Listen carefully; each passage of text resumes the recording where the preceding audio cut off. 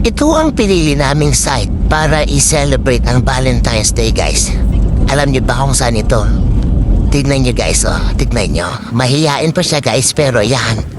Nakita namin siya unti-unti.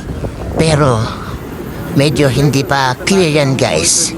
Hopefully makikita namin siya kinabukasan ng clear na siya, guys. Kasi akit kami sa isang bundok na makikita namin at yung kabuuan nitong Mount Mayon, guys. Ang akitin namin bundok ay ang Mount Masaraga. Pero before that, pumunta muna kami dito sa isang camp kung saan dito namin naantayin o dito kami mag-prepare para umakyat sa Mount Masaraga para bukas. At ito yung camp nga, guys. Medyo hindi ko inaasahan na maganda pala, guys. Kaya yon, wala kaming higaan dito except kung dala namin ang aming tent. Kaya lahat kami ay nagdala ng tent at dito kami nag-pitch sa area na yan, guys.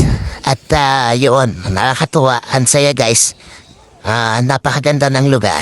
Yan, guys, o diba? Panalo ka na dito, guys, pag naririto ka. Kaya yun, ina-enjoy namin, guys, ito.